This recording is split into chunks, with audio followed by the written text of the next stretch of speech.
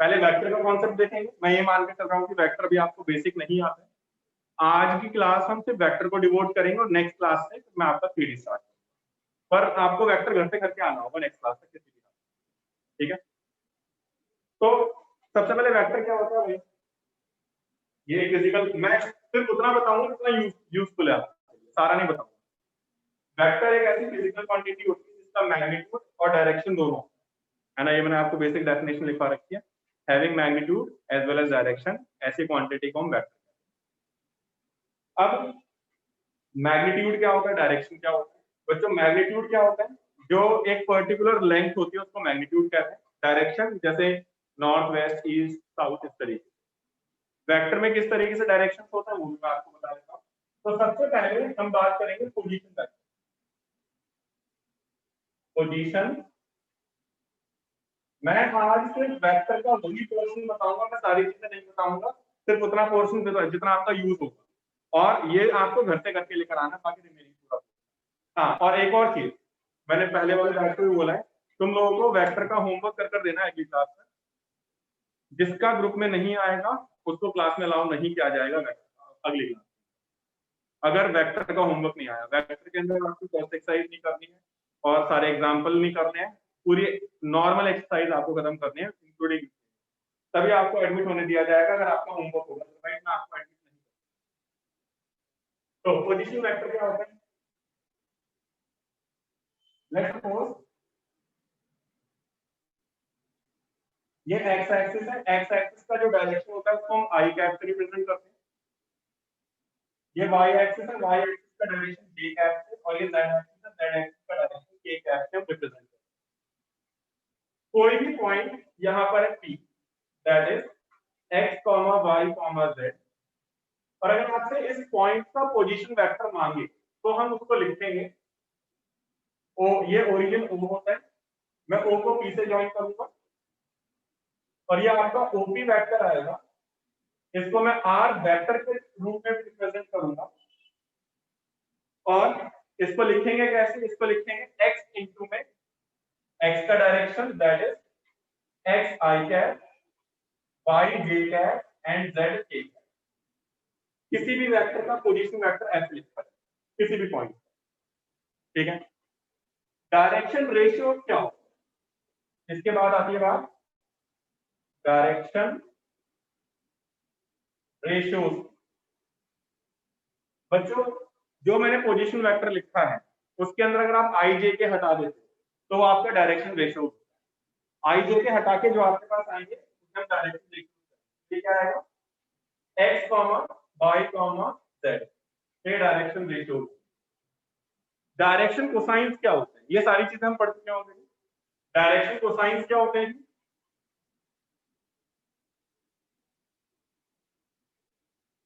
Direction cosine समझने से पहले मैग्नीट्यूड समझेगा। मैग्नीट्यूड ऑफ अ वेक्टर, अगर किसी भी वेक्टर का मैग्नीट्यूड निकालने के लिए आ जाए, लेट्स सपोज मैं इसी वेक्टर का आपको मैग्नीट्यूड निकालने के लिए बोल दूं, तो ये आपको हो जाएगा आर वेक्टर, दोनों तरफ ये मैं बॉक्स बना रहा हूं, ये मैग्नीट्यूड का साइन होता है, सिंबल। एक मिनट, जस्ट अब ठीक है।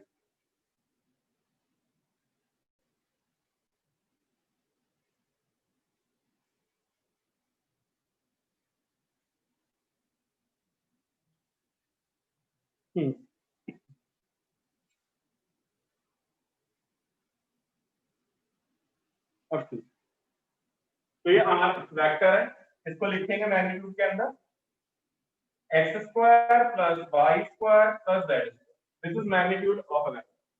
ठीक है, चलिए जी। इसके बाद में मैंने और क्या बताया था आपको? Direction cosine. क्या होते हैं डायरेक्शन कोसाइन?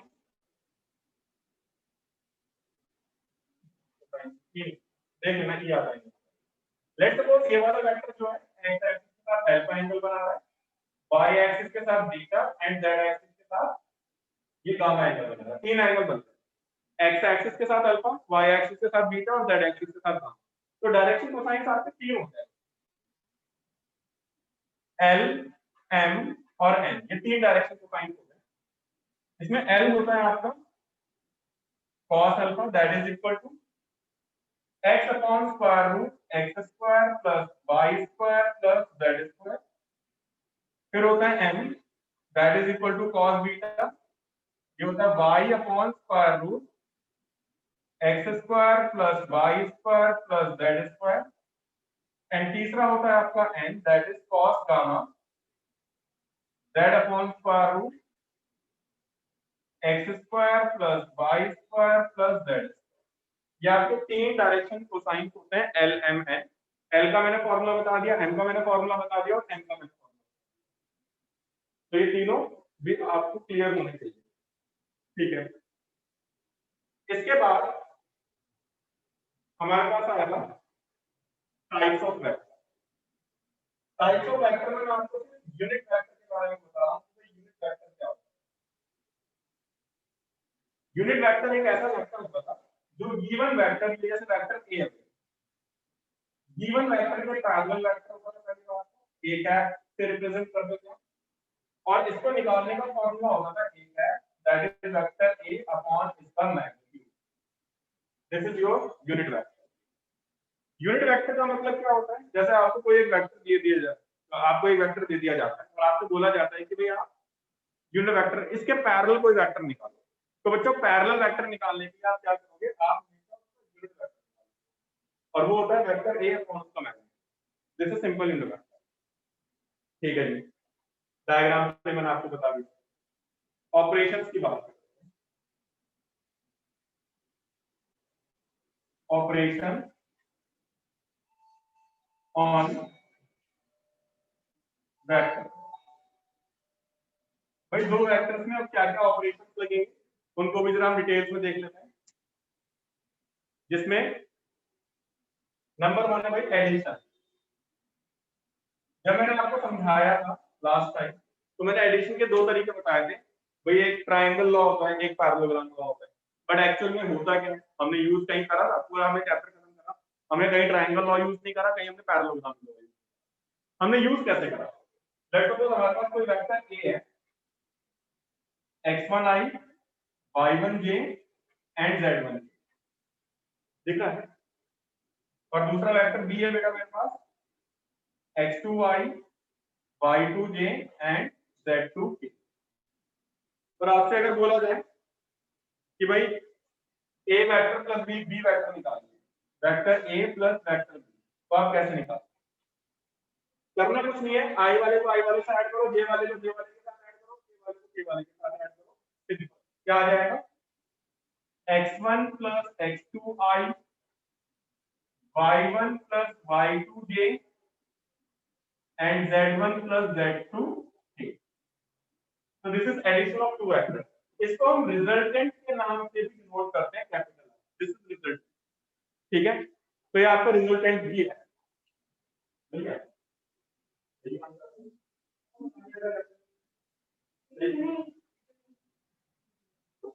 एक मिनट होल्ड करेंगे, तो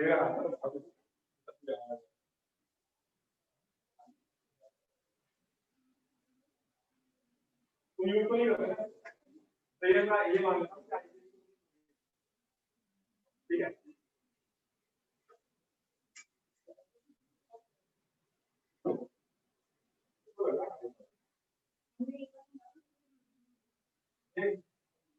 हाइट तो है नहीं इसकी,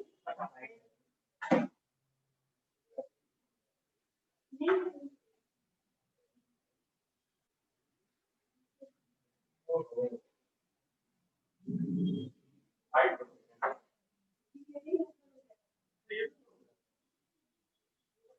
ये पहले बार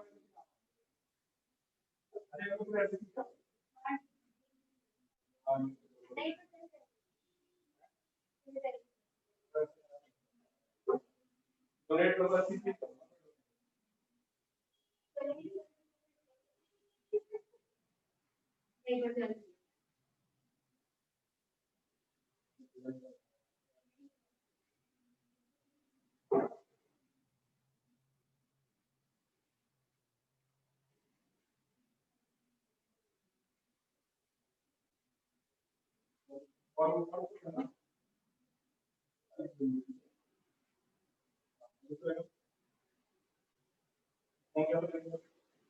एक मिनट भाई जरा होल्ड करना, मैं ट्राई कर रहा हूँ। अभी तो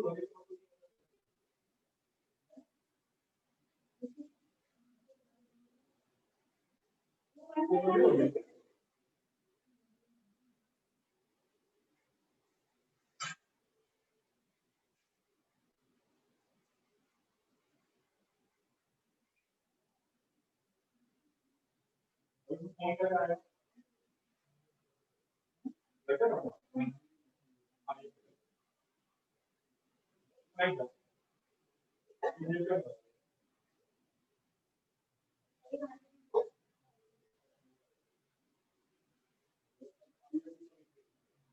और हो गया इसको टाइम नहीं पता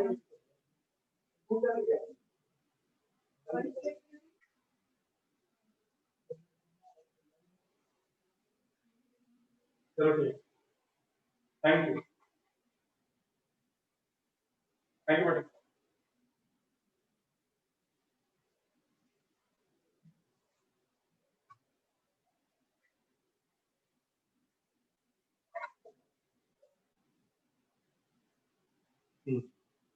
जस्ट अ मिनट।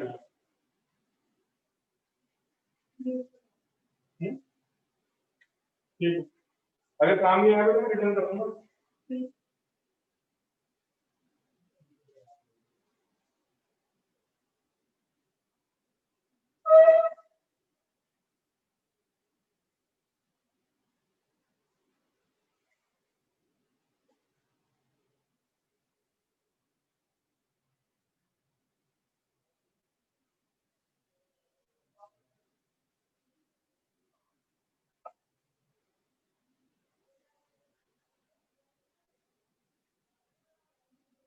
चलिए ठीक है, स्टार्ट कर रहा हूँ।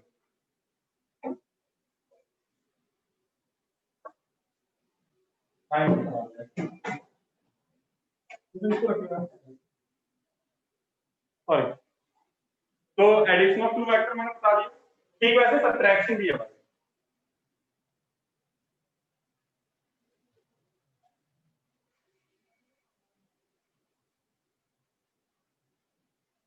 ठीक है, सब्ट्रैक्शन ऑफ टू वेक्टर क्या होता है? जैसे इन्हीं दो वेक्टर को मुझे माइनस करना था, a माइनस, तो हम कैसे निकालेंगे अभी सब्ट्रैक्शन के अंदर, अगर मुझे a माइनस भी करना है? जैसे एडिशन करा वैसे सब्ट्रैक्शन। वैसे मैंने ये भी बताया था वेक्टर के अंदर सब्ट्रैक्शन नाम की कोई चीज नहीं होती। आप क्या करते हैं, वेक्टर a दे रखा है ना, तो अगर उसका डायरेक्शन चेंज कर दो, जैसे a भी वेक्टर है तो माइनस b a वेक्टर आ जाएगा, डायरेक्शन उसका अपोजिट हो जाएगा, और आप फिर नॉर्मल एडिशन ही करते हैं। तो इसमें क्या आएगा, x1 minus x2y plus y1 minus y2j plus z1 minus z2, ये सब्ट्रैक्शन हो गया। फिर तीसरा है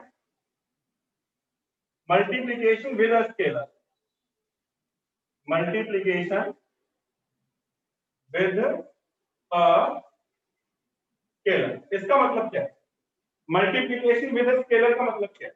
फॉर एग्जांपल, जैसे भाई मेरे पास ये कोई वेक्टर a है,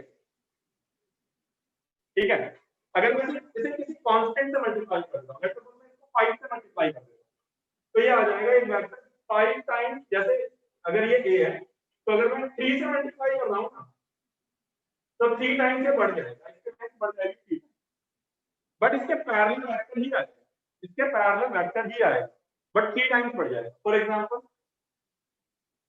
a है 2i 3j 4k, और आपसे मैं बोलूं भाई 5k निकालो, तो पूरे को 5 से मल्टीप्लाई करो, 10i 15j प्लस 20k। अब इसके बाद में वेक्टर जॉइनिंग 2 पॉइंट्स भी आएगा, वेक्टर जॉइनिंग 2 पॉइंट्स। अगर आपसे बोला जाए भाई 2 पॉइंट्स है उनको ज्वाइन करता हुआ वेक्टर निकालो, तो आप कैसे निकालोगे भाई? ए आपके पास है x1 y1 z1, और b आपके पास है x2 y2 z2, ये बताया था, ठीक है। और मैं आपको बोल रहा हूँ भाई ए बी वेक्टर निकालो, ए और बी को ज्वाइन करता हुआ वेक्टर निकालो, तो आप क्या करोगे, बी में से ए को माइनस करोगे, तो क्या आएगा आपके पास, आपके पास आएगा x2 minus x1i plus y2 minus y1j plus z2 minus z1k। तो इस तरीके से आप कैलकुलेट कर सकते हो इजीली। चलिए मल्टीप्लिकेशन मैंने आपको बता दिया ऑपरेशंस के अंदर। अब आ रहे हैं मल्टीप्लिकेशन ऑफ टू वेक्टर, दो वेक्टर का मल्टीप्लिकेशन कैसे करेंगे। तो ये भी तीन होते हैं, तीन टाइप के होते हैं। एक होता है आपका डॉट प्रोडक्ट, एक होता है आपका क्रॉस प्रोडक्ट, और एक आपका होता है स्केलर ट्रिपल प्रोडक्ट, जो आपको सिलेबस से डिलीट होता है। आपको सिर्फ डॉट प्रोडक्ट और क्रॉस प्रोडक्ट के बारे में जानना है। क्या होता है डॉट प्रोडक्ट, क्या होता है क्रॉस प्रोडक्ट, जरा इसको भी देख लेते हैं। जिसको नोट डाउन करना है एक बार जल्दी से नोट डाउन कर लो, क्योंकि ये तुम्हें इसकी फोटो मैं चलो भेज तो सकता हूँ। एक बार नोट डाउन करना, नोट डाउन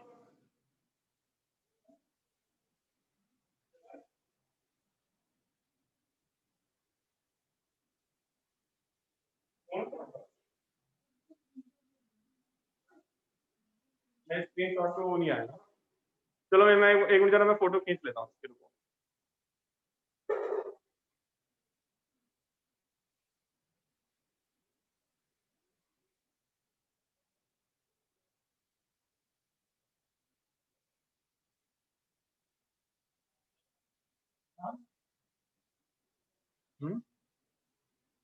एक मिनट।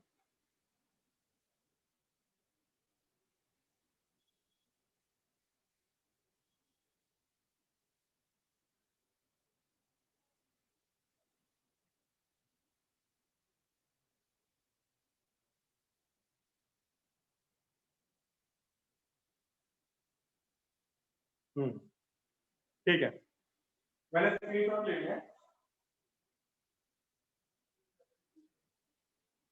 रिफ्लेक्शन नहीं आ रहा है, ठीक है। चल, आगे बढ़ रहे हैं। ये हमने मैंने आपको बता दिया बेसिक। अब मैं आपको दो वेक्टर के बीच का प्रोडक्ट बता रहा हूँ कैसे निकालना।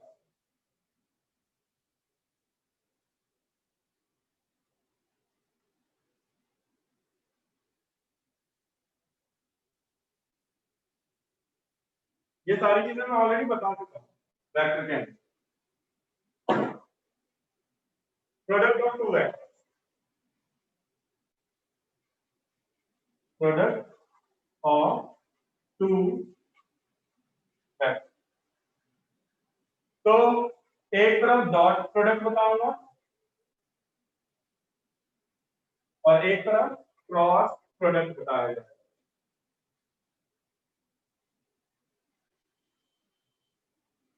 क्या होता है थोड़ा ध्यान से। मैं यही मान के चल रहा हूँ तुम्हें कुछ भी नहीं आता। ये वेक्टर ए है और ये वेक्टर बी है, इनके बीच का एंगल थीटा है। अगर आपसे बोला जाए vector A dot vector B निकालने के लिए, तो आप क्या करते हो बच्चों, आप करते हो वेक्टर ए का मैग्नीट्यूड वेक्टर बी का magnitude into cos theta, basic formula. ठीक है, वेक्टर ए का मैग्नीट्यूड इनटू वेक्टर बी का मैग्नीट्यूड इनटू में कॉस थीटा। मैं फिर से बार बार रिपीट कर रहा हूँ बेटा, मैं सिर्फ वही पोर्शन बता रहा हूँ जितना रिक्वायर होगा थ्री डायमेंशनल ज्योमेट्री के अंदर। पूरा चैप्टर मैं रिवाइज नहीं करवा रहा हूँ वेक्टर का। पहला, अगर तुम्हें वेक्टर ए दे दिया जाए x1i y1j and z1k, B vector दे दिया जाए x2i y2j एंड z2k, और आपसे बोला जाए a डॉट बी निकालने के लिए, तो a डॉट बी कैसे निकालोगे भाई, i वाले को i वाले से मल्टीप्लाई करो, दैट मींस x1 को x2 से मल्टीप्लाई करो, तो x1 into x2 plus y1 into y2 plus z1 into z। तो इस तरीके से आप डॉट प्रोडक्ट निकाल सकते हो। बाकी कोई टर्म्स नहीं लिखते, सिर्फ यही लिखते हैं। मैंने इसकी प्रॉपर्टीज बताई थी भाई, प्रॉपर्टीज में जितना यूज होगा सिर्फ उतना ही मैं बता रहा हूँ बच्चों। पहला, एंगल बिटवीन चलो if A is perpendicular to B, अगर A जो है B के परपेंडिकुलर हो, थीटा कितना डिग्री का होगा? 90 degree, then theta will be 90 degree. तो फॉर्मूले में जरा डाल देना, A डॉट B क्या आ जाएगा? Vector A dot vector B is equal to 0। पहला जो मोस्ट इंपॉर्टेंट चीज मैं बार-बार यूज करूंगा, ठीक है ना, कि अगर A और B दोनों एक दूसरे के परपेंडिकुलर है तो उनके बीच में एंगल 90 डिग्री का आएगा, और अगर एंगल 90 डिग्री का आएगा तो A dot B will be equal to 0। बिल्कुल। Second,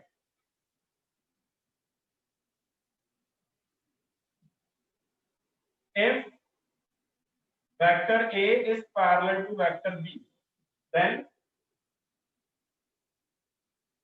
x1 by x2 is equal to y1 by y2 is equal to z1 by z2 is equal to lambda होगा। बहुत जल्दी लॉग आउट कर जाएंगे भाई, विद इन 1 मिनट 19 सेकंड बाद में log out कर जाएंगे। या तो हम ऐसे लिखेंगे या फिर vector A is equal to lambda times of vector B, ये भी मैंने बताया था। इसके अलावा डॉट प्रोडक्ट में और कौन सी चीज यूज हो सकती है आपकी? ठीक है, इतना यूज होगा। और भी बहुत कुछ होता है बट मैं उसको नहीं बताऊंगा, ठीक है ना, और भी होता बहुत कुछ है बट इतना यूज होगा तो मैं इतना ही बता दूंगा। फिर क्रॉस प्रोडक्ट में क्या होता है भाई? ए वेक्टर क्रॉस बी वेक्टर। हाँ, मीनवाइल जो जो और आगे आता जाएगा यूज करते थे तो वो भी मैं बताऊंगा। A vector cross B vector, ये क्या होता है? Vector A into vector B into sine theta into N cap. अब ये एन कैप नाम की क्या चीज आ गई भाई? एन कैप होता क्या है? तो ये मैं डायग्राम से बता देता हूँ। ये वेक्टर ए है, ये वेक्टर बी है, एन कैप आपका ए के और बी के दोनों के परपेंडिकुलर होता है और ये यूनिट वेक्टर होता है। जब भी हम दो वेक्टर का क्रॉस निकालते हैं ना बच्चों, जैसे ये वाला वेक्टर ए है मेरे पास,